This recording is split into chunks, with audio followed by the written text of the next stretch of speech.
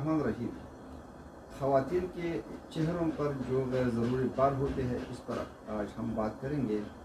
یہ بال خواتین کے چہروں پر اکثر ہارمونل خرابی پی سی او ایس کی وجہ سے یا مورثی اثرات اور ذہنی دباؤ کی وجہ سے ہوتی ہے۔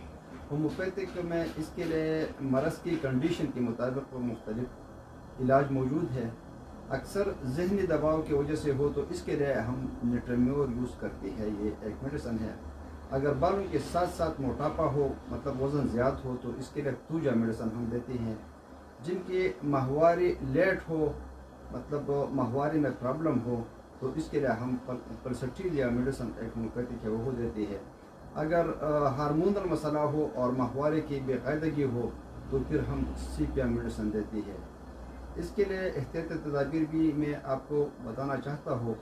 فاسٹ فوڈ اور چٹنی خوراکیں کم کریں، وزن کنٹرول کرے، چینی اور کولڈ ڈرنکس کم کرے، باقاعدہ واک یا ہلکی پھلکی ورزش، نیند پوری کرے اور ذہنی دباؤ کم کرے۔